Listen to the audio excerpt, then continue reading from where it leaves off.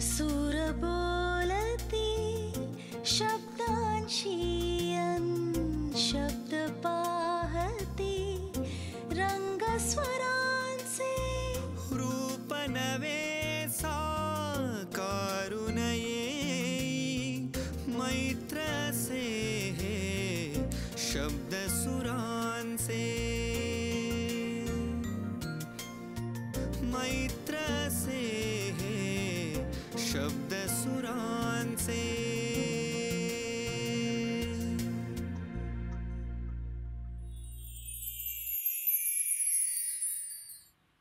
सूर माझे मी सुरांचा छान हा संसार आहे, जीवनाला संगीताचा केवळ हा आधार आहे, असं म्हणणारे रमण रणदिवे कवी, गझलकार, संगीतकार आणि गायक 1965 पासून रमण रणदिवे गीत आणि गझल लेखन करत आहेत. 1975 पासून त्यांनी जाणीवपूर्वक काव्यलेखनाला सुरुवात केली.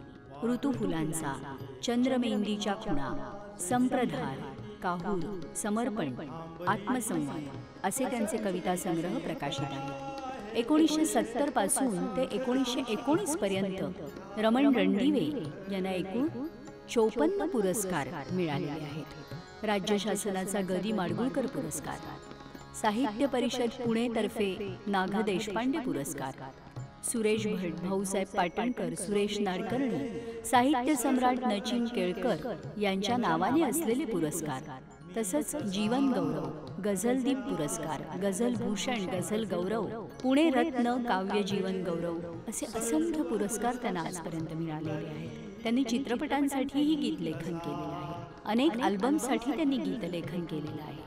मात्र काव्यलेखनाबरोबरच गायन आणि संगीत हाही त्यांच्या कारकिर्दीचा एक अत्यंत महत्त्वाचा पैलू आहे. रमण रणदिवे यांचं शास्त्रीय संगीताचं शिक्षण पंडित यशवंतराव मराठे यांच्याकडे झालं आहे. 2010 साली सोलापूर इथे झालेल्या गझल संमेलनाचं अध्यक्षपदही त्यांनी भूषवलं आहे. अनेक वेगवेगळ्या वृत्तपत्रातून आस्वादक म्हणून समीक्षा लेखन त्यांनी केलेलं आहे. सर्वश्री गजानन वाटवे, पंडित यशवंत देव, भास्कर चंदावरकर, राम कदम, श्रीधर फडके, सलील कुलकर्णी या संगीतकारांनी रमण रणदिवे यांच्या रचना स्वरबद्ध केलेल्या आहेत. सुरेश वाडकर, वैशाली सामंत, रवींद्र साठे, रंजना जोगळेकर, अनुराधा मराठे अशा अनेक गायक गायिकांनी त्यांच्या रचना गायलेल्या आहेत. रमण रणदिवे म्हणतात, रोज मज ताकीद देतो हा इमानी कंठ माझा, सूर जे बेसूर त्यांना बंद माझे दार आहे. गीत माझे ऐकताना दुःख ही बेभान गाते, घेतली आहे तयाने कैकदा माघार आहे. जरी मला बदनाम केले चार चौघांनी तरीही, सूर हा एक एक माझा मात्र अब्रुदार आहे. दोन संवादी स्वरांचे दोन तंबोरे असे की, हा जीवाच्या आत आहे तो जीवाच्या पार आहे. असं लिहिणाऱ्या रमण रणदिवे यांना अनेक अनेक शुभेच्छा. बातमी माझ्या व्यथेची मी कुणाला देत नाही, बातमी माझ्या व्यथेची मी कुणाला देत नाही. एक तारा निखळल्याने गगन खाली येत नाही. बातमी माझ्या व्यथेची मी कुणाला देत नाही, एक तारा निखळल्याने गगन खाली येत नाही. नाटकी आपुल्या स्मितांचे, नाटकी आपुल्या स्मितांचे लाड जो पुरवीत आला, तो दुजांच्या आसवांची दखल कधीही घेत नाही. एक तारा निखळल्याने गगन खाली येत नाही. मैफलीला जाण नाही काव्य आणि संगीताची, मैफलीला जाण नाही काव्य आणि संगीताची. मी अशा जलशात माझे गीत कधीही नेत नाही. एक तारा निखळल्याने गगन खाली येत नाही. तू जरी पापास आता हासुनी देतोस टाळी, तू जरी पापास आता हासुनी देतोस टाळी. काढता घे पाय मोहा मी तुझ्या समवेत नाही. एक तारा निखळल्याने गगन खाली येत नाही. त्याच्यानंतरचा शेर असा आहे की रूपवेड्या तारकांचा केवढा हिरमोड झाला. रूपवेड्या तारकांचा केवढा हिरमोड झाला. कालचा तो चंद्र गोरा आज या बागेत नाही. एक तारा निखळल्याने गगन खाली येत नाही. दे मला हृदयात जागा माणसाला देव म्हणतो. दे मला हृदयात जागा माणसाला देव म्हणतो. मी तसाही धार्मिकांच्या सभ्य दांभिकतेत नाही. एक तारा निखळल्याने गगन खाली येत नाही. शांतल्या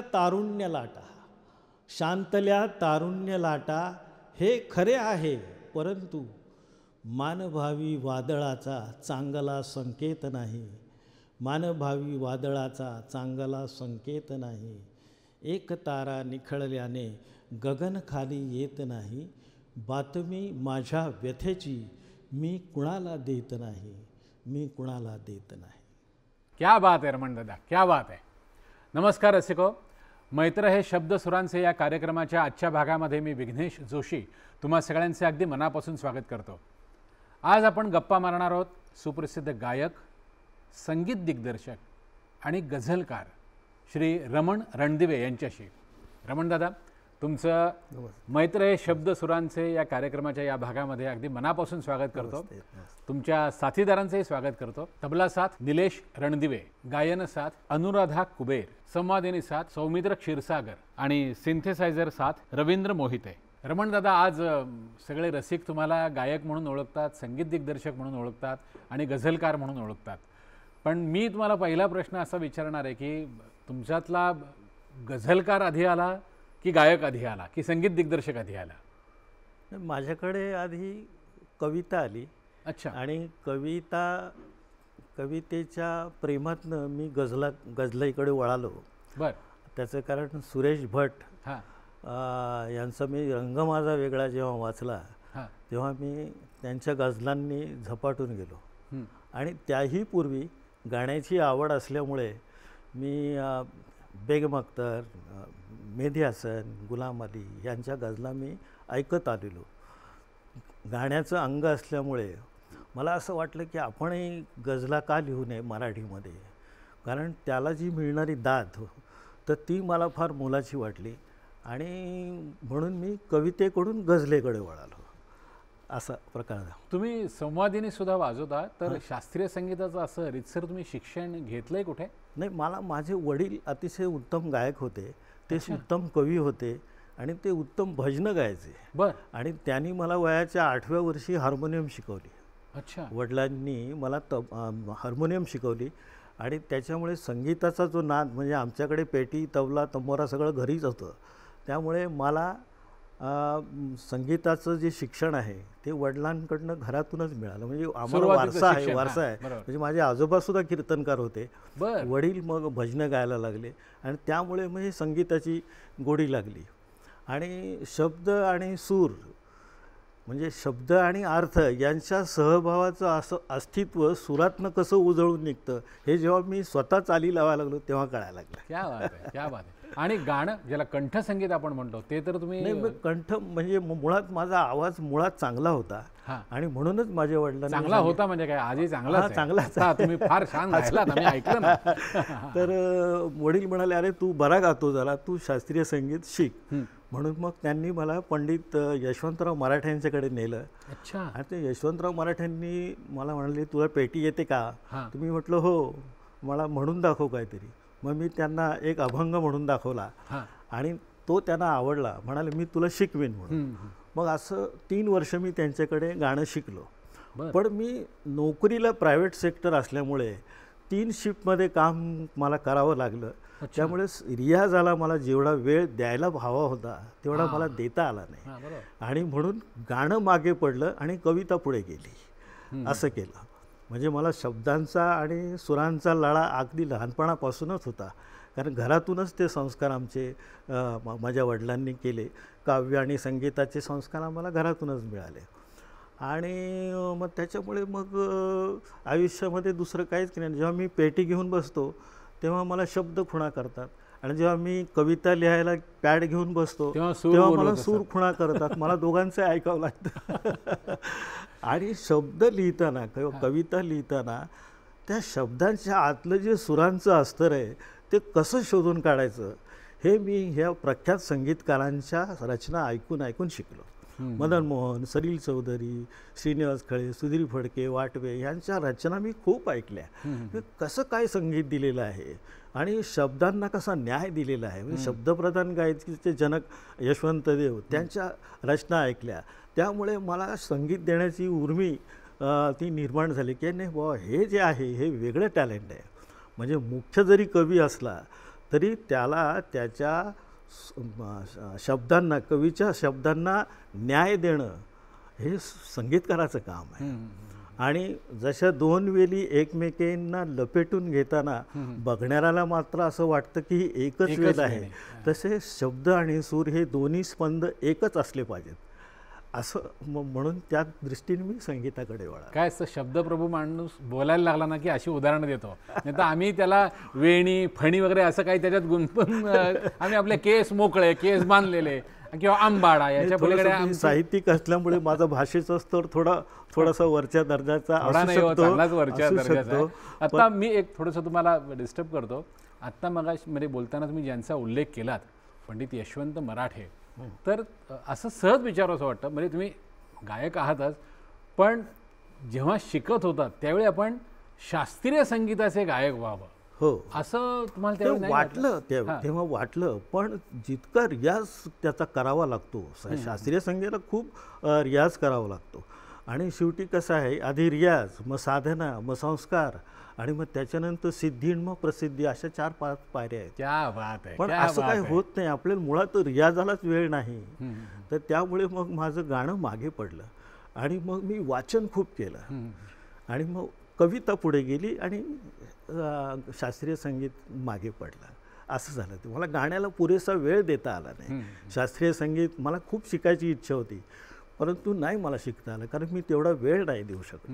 आणि तुम्ही नोकरी कुठे करायचा? मी नोकरी फॉर्बा एका कंपनीमध्ये होतो. अच्छा. आणि ते 3 शिफ्टमध्ये मी काम करीत होतो. म्हणजे 3 शिफ्टला, म्हणजे पुण्यापासून ते चिंचवडला ती निगडीमध्ये कंपनी असायची. जायला यायला जो 40 मिनिटाचा वेळ होता त्याच्यात मी कवितेचं चिंतन करायचो. माझ्या बॅगमध्ये कायम कवितांचं पुस्तक असायचं.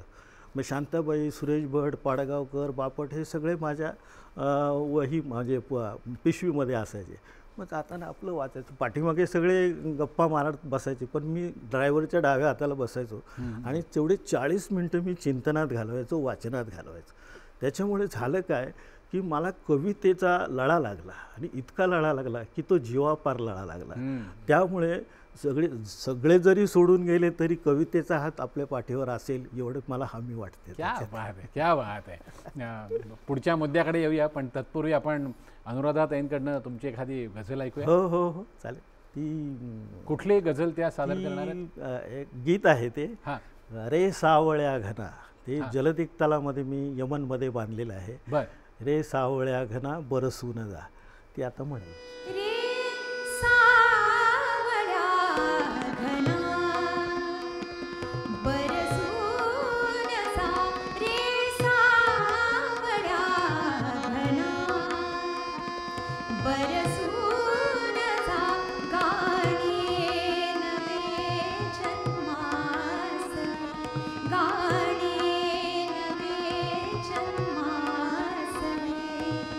चिंब मला तू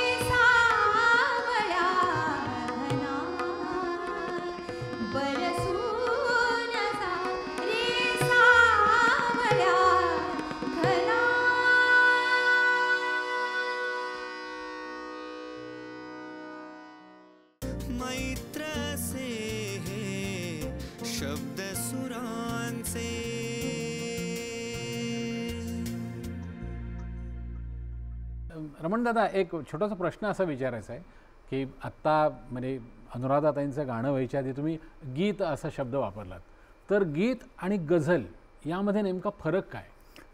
गीत हे एकाच विषयावर लिहिलेलं असतं, त्याच्यात एकच थीम असते. पण गझलांमध्ये अनेक विषय येऊ शकतात. म्हणजे सुरुवातीचा शेर समजा प्रेमावर असेल, तर दुसरा राजकारणावर असू शकतो, सामाजिक आशयावर असू शकतो. अनेक द्विपदी जे असतात म्हणजे शेर आपण ज्याला म्हणतो, वेगवेगळ्या विषयावरचे शेर आहेत. म्हणजे तसं जर बघितलं गेलं तर ही गझल म्हणजे कवितांची कविता असते. जर 2 ओळी जर तुम्ही त्यातल्या बाहेर काढून जर हे केलं तर ती एक स्वतंत्र सार्वभौम कविताच असते. त्यामुळे तिचं म्हणून बरेच वक्ते सुरेश भटांच्या म्हणा किंवा माधव जुलेनांच्या 2 ओळींचा शेरांचा उपयोग करतात. आणि म्हणून ती कवितेपेक्षा गझलेला दाद लवकर मिळते, जास्त मिळते. त्याचं कारणच असं, गझल म्हणजे नुसती सुखदुःखाची मिरवणूक नसते, त्याच्यामधून जीवनच वाहत असतं. आणि त्याच्यामुळे गझल आणि गीत यातला जो फरक आहे तो फरक असा आहे की पटकन संप्रेषित होते गझल. गीत कसं उलगडत जाते, एक थीम उलगडत जाते, पण याच्यात अनेक विषय येऊ शकतात. असा तो त्यातला फरक आहे गझल आणि गीतामध्ये. आणि जो चांगला कवी असतो तो चांगलं गीतही लिहितो, आणि जो चांगला माणूस असतो तो चांगली गझलही लिहू शकतो. क्या बात आहे, क्या बात आहे. असं आपल्याला काही सांगता येईल की गझल हा प्रकार मुळातच कधी आणि कुठे सुरू झाला वगैरे? तो मुळात तो 400-500 वर्षांपूर्वी तो उर्दूमधूनच मराठीमध्ये आला. माधव जुलेनांनी खरं मराठीमध्ये गझल आणली 1929च्या सुमारास. माधव जुलेनांनी गझलांजली नावाचा एक संग्रह त्यांनी प्रसिद्ध केला, आणि त्याच्यामध्ये त्यांचे एकूण 108 रचना आहेत. त्या अतिशय छान रचना आहेत. पण काय कोण जाणे, माधव जुलेनांची जी गझल आहे ती फार प्रस्थापित होऊ शकली नाही, ती लोकप्रिय होऊ शकली नाही. तिला अनेक कारणं आहेत. आता त्या कारणाची मीमांसा करण्याचं हे व्यासपीठ नव्हे, परंतु नंतर मात्र 1956ला सुरेश भट नावाचा झंझावात मराठीमध्ये आला, आणि त्यांनी मराठी प्रतिमा आणि मराठी प्रतीकं घेऊन गझलेचं शिल्प घडवलं. एवढंच केवळ नव्हे तर मराठी गझलेला त्यांनी लोकप्रिय तर केलंच, पण प्रतिष्ठाही मिळवून दिली. त्यामुळे सगळी आमच्या वेळची त्यावेळची तरुण पिढी सुरेश भटांच्या गझलांनी अक्षरशः फार वेडी झाली. म्हणजे त्यांचा रंग माझा वेगळा, आणि रंग माझा वेगळ्यामध्ये त्यांच्या ज्या गझला आहेत त्यानंतर आलेला तो एल्गार, त्या सगळ्या गझलांनी आम्ही सगळेजण झपाटून गेलो, आणि आम्हाला गझलेचं एक वेडच झालं. गझलमध्ये कसा असतो की राग नसतो, संताप असतो, शांतता नसते, सन्नाटा असतो. हे असं सगळं गझलमध्ये गंमत जम्मत असते सगळे. ती प्रेयसीला फूल देताना तो कवी त्याला असं म्हणतो की मी तुला गुलाब देण्याच्या आधी मी काट्यांशी सलगी केलेली आहे, म्हणून तुला गुलाब देता आला.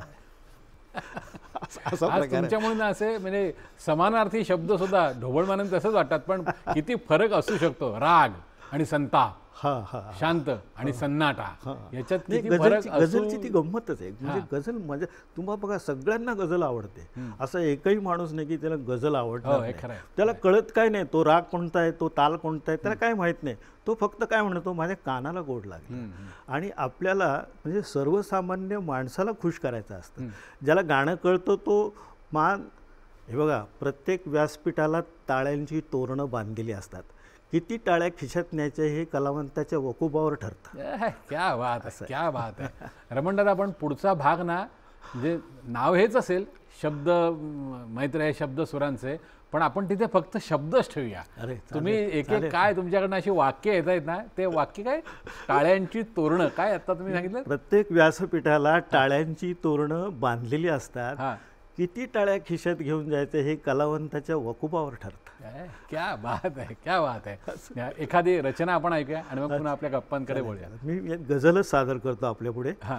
ती गझल अशी आहे की त्या घराची हाक हळवी का मला रडवीत आहे, त्या घराची हाक हळवी का मला रडवीत आहे, वाटते का आजही ती थांबली पडवीत आहे. क्या बात आहे.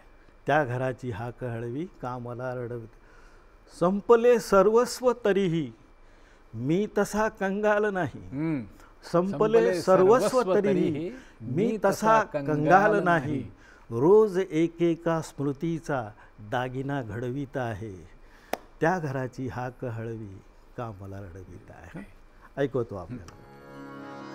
त्या घराची हाक हळवी, त्या घराची हाक हळवी का मला रडवीत आहे. वाटते का आजही ती, वाटते का आजही ती थांबली पडवीत आहे, त्या घराची हाक हळवी.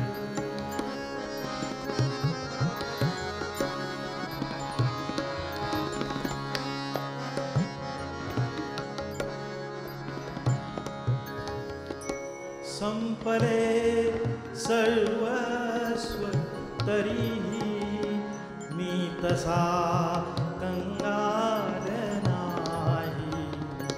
संपले सर्वस्व तरीही मी तसा कंगाल नाही.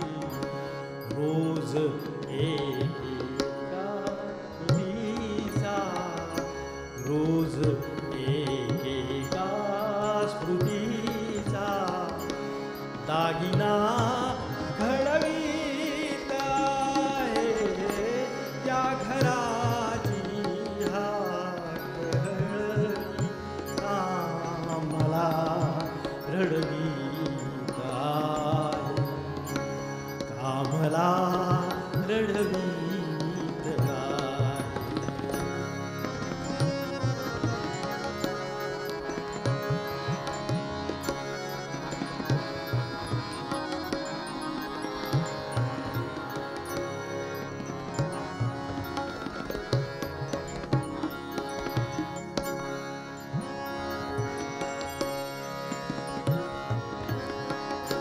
सांग आकाशा, सांग आकाशा कळेना, हे करू की ते करू मी.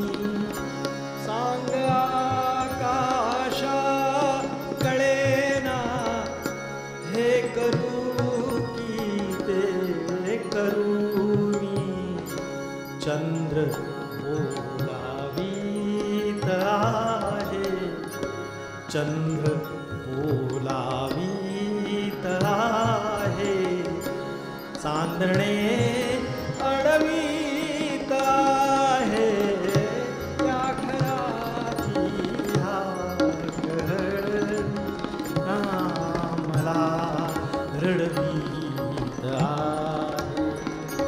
वाटते का आजही ती, वाटते का आजही ती थांबली पडवीत आहे, त्या घराची हाक हळवी, त्या घराची हाक हळवी, त्या घराची हाक हळवी का मला रडवीत आहे, का मला रडवीत आहे.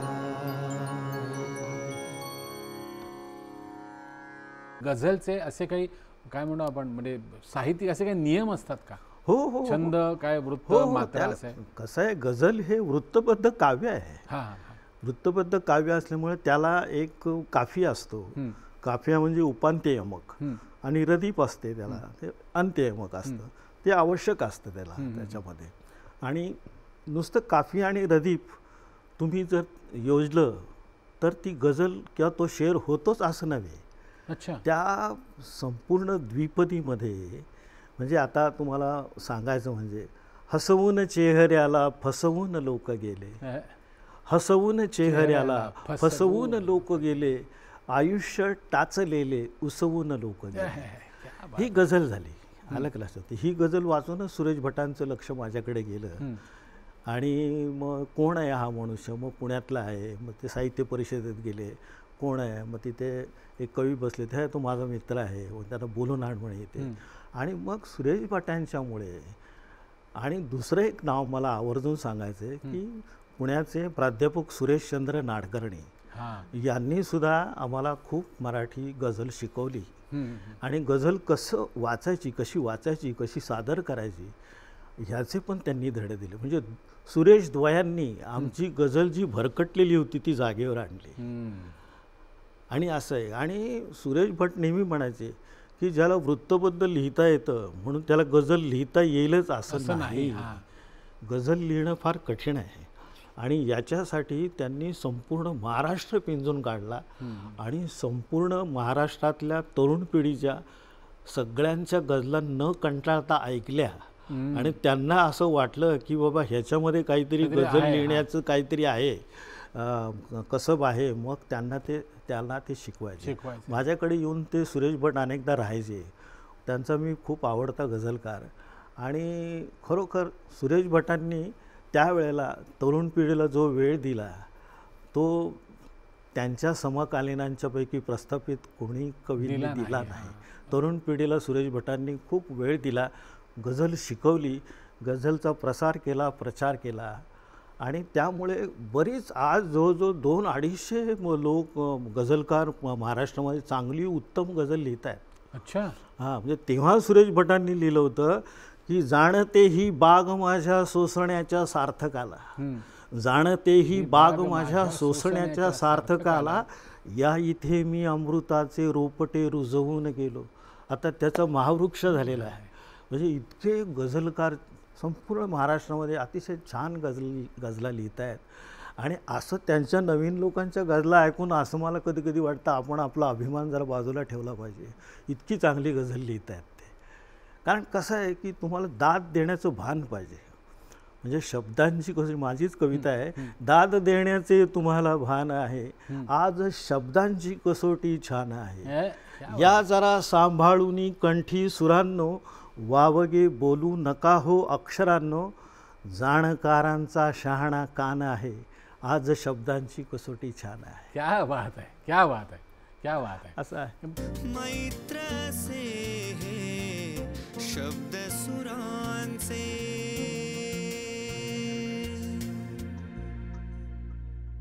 एक छोटासा प्रश्न असा विचारायचा आहे की डोक्यात काहीतरी चाल झाली आहे, म्हणजे तुमच्यातल्या संगीत दिग्दर्शकाला हा प्रश्न आधी आहे की चाल झाली, मग आता त्याच्यावर काहीतरी शब्द पाहिजेत, मग ते आपल्या मनासारखे पाहिजेत म्हणून आपण लिहिले. असं कधी झालंय की मग दुसऱ्या कोणाकडून तरी जरा लिहून घेऊ असं? मी मला बहुतेक मी तुम्हाला सांगतो, मला चाल सुचली ना की मला त्या चाली पाठोपाठ, त्या सुरा पाठोपाठ बरोबर त्याचा मागोवा घेऊन शब्द येतात. तुम्हाला सांगतो. आणि मला काय माहीत नाही की कुठून शब्द येतात, परमेश्वराकडून येतात, कुठून येतात काही कळत नाही. आणि सूर आणि शब्द हे जेव्हा हातात हात घालून जातात ना, तेव्हा तुम्हाला सांगतो की ते रसिकांच्या काळजाचा ठाव घेतात. कारण मुळातच काव्य चांगलं असलं की त्याला चालही चांगली लागते. आणि मुळात शास्त्रीय संगीत मी शिकलेलो असल्यामुळे आणि खूप ऐकल्यामुळे, जेव्हा आपण खूप वाचतो, खूप ऐकतो, तेव्हा आपली रिचवण्याची ताकदसुद्धा वाढलेली असते. तेव्हा खूप, म्हणजे आता मंगेशकरांच्या रचना ऐकल्या आहे बघा, किती वेगळी गाणी मंगेशकरांनी केली, कविताच केल्या त्यांनी. आणि त्या वेगळ्या, म्हणजे त्यांचं जे स्वररचनेचा अभ्यासच तुम्ही करायला पाहिजे नवीन लोकांनी, की काय संगीत दिलेलं आहे, कसं वेगळं केलं आहे. म्हणजे 2x2 मुंबई ते 4 आणि पुणे ते 4, पण 2.5 हे असं मंगेशकर करून दाखवतो. उत्तर 4 बरोबर आहे. असं संगीतकाराला करावं लागतं. कवितेच पण तसंच आहे. पण आपल्याकडे काही काही माणसं अशी आहेत, 2+2 असं किती विचारल्यावर द्यायचेत की घ्यायचेत याच्यावर ते उत्तर त्यांचं अवलंबून असतं. असं तो मुद्दा वेगळा आहे. जरा एखादी तुमची काय म्हणे एखादी रचना ऐकूया आणि मग पुढच्या एका जरा मला महत्त्वाच्या प्रश्नाकडे यायचं. कुठली रचना जरा सांगा आम्हाला, शब्द सांगा. म्हणजे अनुराधाताई गाणार ना कुठली? ती ते एक भावगीत, म्हणजे ती खरं म्हणजे गझल तुम्हाला ऐकायची, फार सुंदर गझल आहे. ती गझल अशी आहे अनुराधा गाईल, हां म्हणजे त्याच्या मागची पार्श्वभूमी असे की तो तिला विचारतो, तू माझ्याबरोबर प्रेम करशील का माझ्यावर वगैरे, असं तिला प्रपोज करतो. ती नाही म्हणते, रागावते. पण ती रात्री विचार करते, की विचार करते नाही हा रोज माझ्यासाठी तिथे थांबतो, ह्याचं खरोखर माझ्यावर प्रेम आहे. तिने कधी प्रेम केलेलं नसतं. मग ती दुसऱ्या दिवशी त्याला काय म्हणते, होकार आज देते तेव्हा नकार होता, होकार आज देते तेव्हा नकार होता, तो जीव घ्यावयाचा पहिला प्रकार होता. तेव्हा ती त्याला म्हणते, ती ही गझल ही गाणार आहे, जरा फार सुंदर आहे ती गझल. अनुराधा ताई. होकार आज देते, होकार आज देते, तेव्हा नकार होता, होकार आज देते, तेव्हा नकार होता, तो जीव घ्यावयाचा पहिला प्रकार होता, होकार आज देते.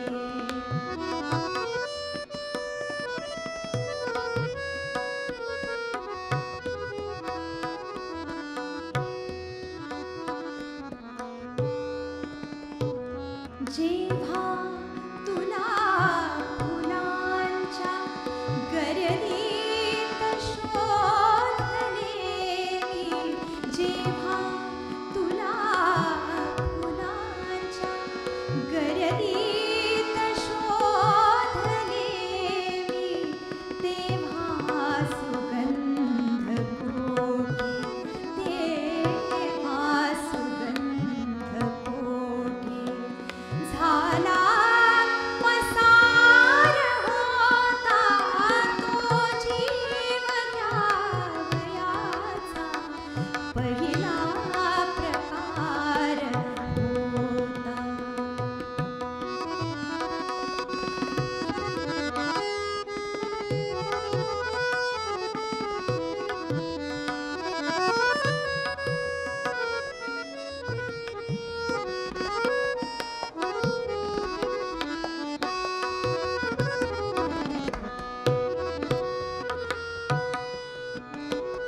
आले जरी अखेरी माझे भरून डोळे, आले जरी अखेरी माझे भरून डोळे, एक एक थांबलेला, एक एक थांबलेला, अश्रू चुकार होता, तो जीव घ्यावयाचा पहिला प्रकार होता, होकार आज देते.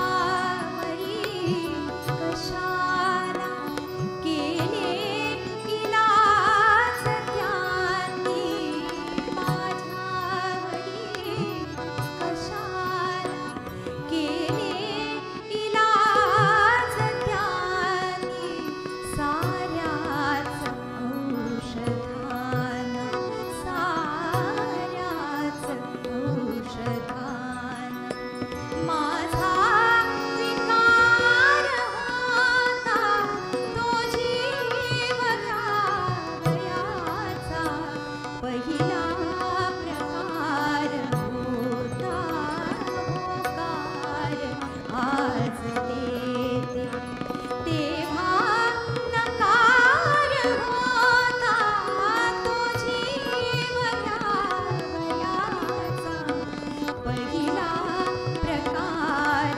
होता, तो जीव घ्यावयाचा पहिला प्रकार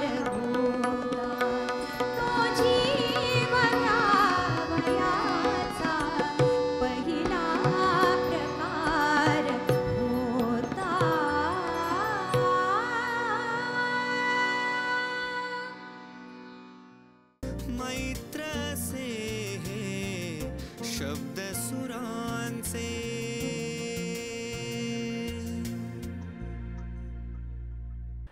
रमणदादा 1970 पासून आज तागायत अशा कितीतरी तुमच्या रचना झाल्या असतील. म्हणजे आम्ही सर्वसामान्य माणसं त्याला काय काव्य म्हणू, गीत म्हणू, मुक्तछंदातलं काय काव्य म्हणू, गझल म्हणू, पण जरा आम्हाला तुमच्याकडून ना मुक्तछंदातल्या काही तुमच्या रचना ऐकायच्यात.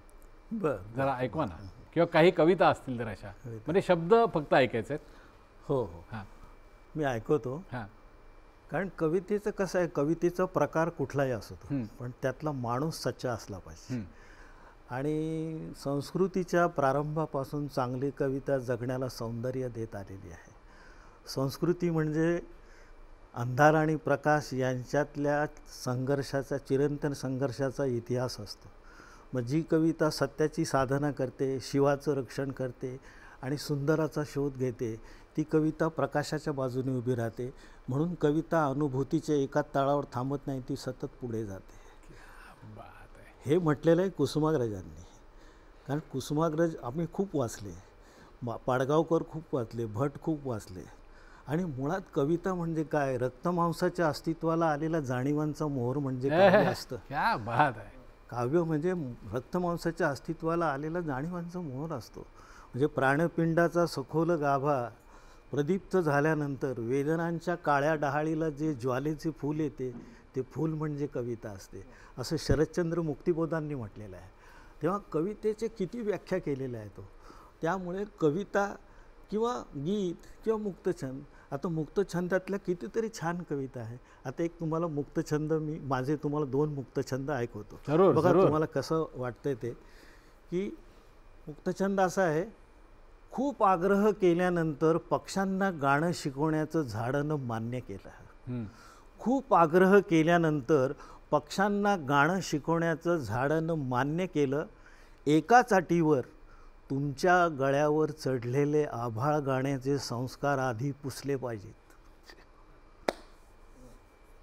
बघा, खूप आग्रह केल्यानंतर पक्ष्यांना गाणं शिकवण्याचं झाडानं मान्य केलं. एकाच अटीवर तुमच्या गळ्यावर चढलेले आभाळ गाण्याचे संस्कार आधी पुसले पाहिजेत. पक्षी पळभर संभ्रमात, पण झाडाशी काही न बोलता, घरट्यांनाही न विचारता, झाडाच्या संकुचित हिरवेपणावर चोच मारत, आपल्या बलवान पंखांनी फांद्यांना बाजूला सारत आभाळाकडे झेपावले. पुन्हा झाडाकडे न फिरकण्याच्या ठाम निश्चयाने, पुन्हा झाडाकडे न फिरकण्याच्या ठाम निश्चयाने. हा पहिला मुक्तछंद. दुसरा मुक्तछंद असा, अंगणात आलेल्या इवल्याशा पक्षाला मी सहज चिडवावं म्हणून म्हणालो. अंगणात आलेल्या इवल्याशा पक्षाला सहज चिडवायचं म्हणून मी म्हणालो, अरे आभाळ तोडण्या इतके तुझे पंख मजबूत नाहीत रे. तेव्हा स्वल्पविरामासारखी मान वळवून त्याने माझ्याकडे पाहिलं आणि त्याचे पंख मला दिले. तेव्हा कुठे मला कळले, अरे आभाळ एवढे हलके असते. क्या बात आहे, क्या बात आहे. मुक्तछंद, पण त्याच्यामध्ये पण मुक्तछंदाला एक विशिष्ट लय असते. हल्ली कसं झालेलं आहे की मुक्तछंदातल्या कविता पण खूप चांगले लिहितात. कुसुमाग्रजांनी किती छान मुक्तछंद लिहिले, पाडगावकरांनी लिहिले, बापटांनी किती छान लिहिले. आणि हे ऐकून ऐकून ऐकून असं वाटतं की नाही, अरे अनुभव तोच आहे.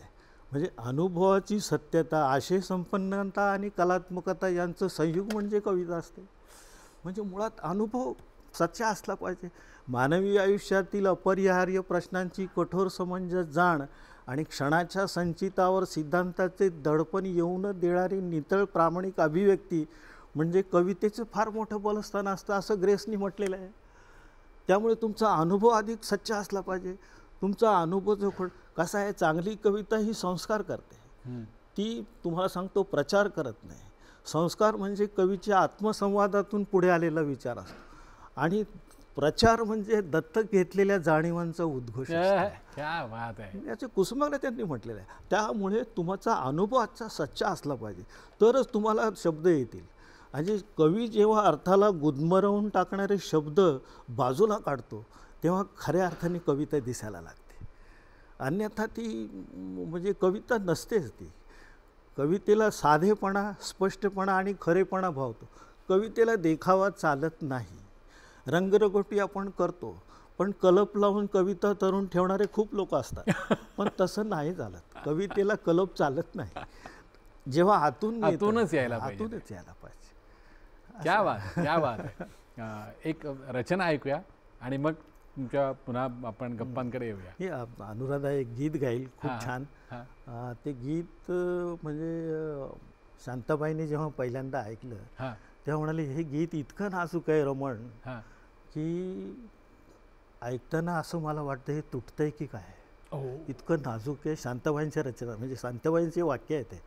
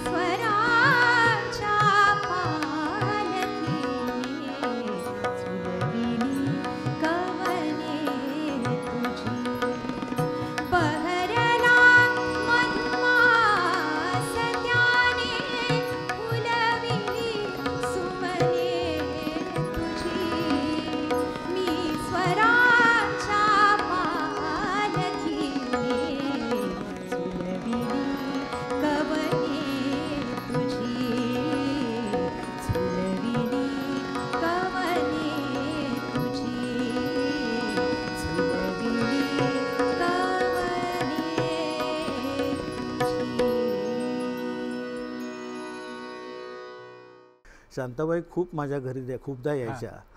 सुरेश भट माझ्याकडे यायचे. खूप मोठे मोठे लोक माझ्या घरी आले.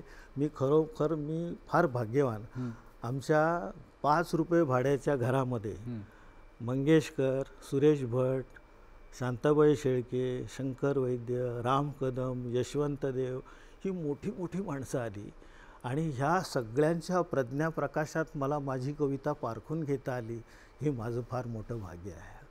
रमण दादा, आत्ता तुम्ही म्हणालात की 5 रुपयाच्या भाड्याच्या घरामध्ये, पण मला असं वाटतं ही सगळी मंडळी आल्यावर त्या घराचं मोल हे लाख मोलाचं झालेलं आहे. 5 रुपये कुठल्या कुठे. आणि सर्वात म्हणजे आमचा जिना जो होता ना, जिना सगळा असा दगडी उभा होता. जेव्हा शांताबाई जेव्हा पहिले आले ना, तर त्या आमच्या वडिलांनी असा मोठा जाड दोर बांधला होता. तर त्या अरे म्हणे हा रिलायबल आहे का, हा चांगला आहे का. म्हटलं शांताबाई तुम्ही चढावरती, मी मागे आहे. दोर व्यवस्थित आहे, पण तुम्हाला भय वाटू नये म्हणून मी मागे थांबतो. आणि तसंच बघा मंगेशकर आणि असे सुरेश भटसुद्धा त्याच जिऱ्याने वर आले. आणि त्या तुम्हाला सांगतो घरामध्ये आमचं ते घरच एवढं भाग्याचं की अतिशय मोठी माणसं आली. आणि जेव्हा हे सगळे लोक गप्पा मारत बसायचे ना, तेव्हा घरामध्ये उदबत्ती लागले असं वाटायचं. छान वाटायचं. त्यामुळं मला खूप शिकता आले ह्या मोठ्या लोकांकडून. जी कविता वरच्या पायरीवर आली की आता सुरेश भटांना मी गंमत म्हणून सांगतो. सुरेश भट माझ्याकडे आल्यानंतर मी त्यांना विचारला प्रश्न. म्हटलं भट साहेब, मी तुमचा विद्यार्थी आहे, मी तुमचा शिष्य आहे. मला एक गोष्ट सांगा, तुमच्या कवितांच्या मध्ये, गझलांच्या मध्ये शब्दांची द्विरुक्ती फार येते. म्हणजे हे खरे की ते खरे की ते खरे, एक साधा प्रश्न त्याची लाख येती उत्तरे. हे खरे की ते खरे की ते खरे की ते खरे. किंवा सुन्या सुन्या मैफलीत माझ्या तुझेच मी गीत गात आहे, अजूनही वाटते मला की अजूनही चांद राहत आहे. किंवा जास त्यास रंग रंग रंग लागले आज गोकुळात. मग ही जी शब्दांची द्विरुक्ती तुम्ही करता, ती जाणीवपूर्वक करता का, त्याच्या मागचा तुमचा विचार काय, हा मला विद्यार्थी म्हणून सांगा, मला कळायला पाहिजे. ते असं वैदर्भीय भाषेमध्ये असं डावी भोई अशी उडवून मला म्हणाले, त्याचं असं आहे. ओळीची शब्दांची द्विरुक्ती केल्यामुळे ओळीची प्रासादिकता तर वाढतेच, पण अर्थाची घनताही वाढते. किती मोठं मौलिक वाक्य त्यांनी अर्थाची घनता सुद्धा वाढते. असं त्यांच्याकडे खूप शिकलं. तसं शांताबाई पण आपल्याला विचार करून लिहिता येणार नाही असं शांताबाई सहज बोलायच्या. आणि इतकं असं, आणि इतक्या गोष्टी वेल्हाळ होत्या, तर त्यांना कुठला विषय वर्जन असायचा.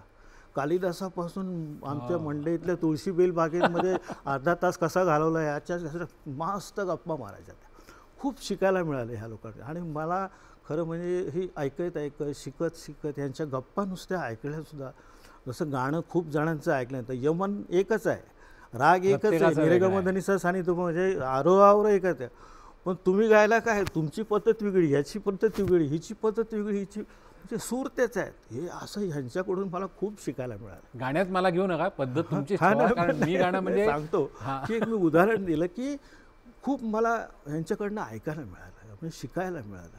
आणि मी अक्षरशः ह्या मोठ्या लोकांच्याकडनं खूप मला त्यांनी सांगितलं. साध्या साध्या गोष्टी असतात. शब्दाची जागा बदलली तरी ओळीचं वजन वाढतं. शांताबाई म्हणाले, अरे क्या बात आहे, क्या बात आहे. रमण दादा, तुम्ही ज्या प्रकारे बोलताय ना, वेळ कसा जातोय समजत नाही आहे, पण कुठेतरी वेळेचं बंधन पाळायचं. म्हणून एक अगदी शेवटचा प्रश्न विचारतो आणि मग तुम्ही तुमच्या रचनेने सांगता करा. इतका वेळ तुम्ही सुरेश भट साहेब असतील, शांताबाई असतील, पाडगावकर साहेब, कुसुमाग्रज या सगळ्यांविषयी भरभरून बोलत होतात. अलीकडच्या काळातले जे गझलकार आहेत, तर त्यांच्यापैकी आपण म्हणतो ना की एक आश्वासक असा एक कोणतरी असतो. नाही, खरं सांगू का, नाव कोणाचं घ्यायचं, सगळे चांगलं लिहितात. हां, म्हणजे माझे समकालीन जे आहेत ते तर चांगले लिहितातच, पण नवीन लोक पण खूप छान लिहितात. खूप चांगलं लिहितात आणि फार चांगलं काम चालेल. म्हणजे कवितेच्या क्षेत्रात, गझलेच्या क्षेत्रामध्ये, मुक्तछंदाच्या ह्याच्यात आमच्या पुण्यामध्ये मुक्तछंद लिहिणारे पण खूप चांगले आहेत, गझला लिहिणारे पण चांगले आहेत, गीतं लिहिणारे पण चांगले आहेत. तेव्हा एकाचंच नाव घेऊन चालणार नाही, सगळे चांगलं लिहितात, सगळ्यांचं काम चांगलं चाललेलं आहे. आणि पुण्यामध्ये इतके मुशायरे, इतकी कवी संमेलनं होतात, तर त्या प्रत्येकाला मी आवर्जून उपस्थित राहतो. आणि मग मला नवीन लोकांचं ऐकायला खूप आनंद वाटतो की खूप चांगलं लिहितात ते आणि आश्वासक सगळेच आहेत. आज ना उद्या त्यांना सिद्धी प्राप्त होईलच.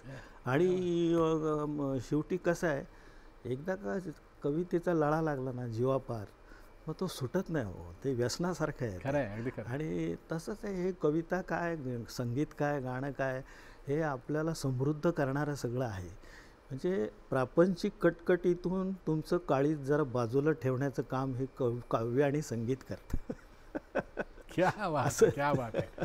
रमण दादा, कुठल्याही एका रचनेने आपण आजच्या भागाची सांगत दाखवूया. राहिला आज इथे कोण कुणाचा आहे, राहिला आज इथे कोण कुणाचा आहे, प्रश्न भिंतीस उदासीन घराचा आहे, राहिला इथे कोण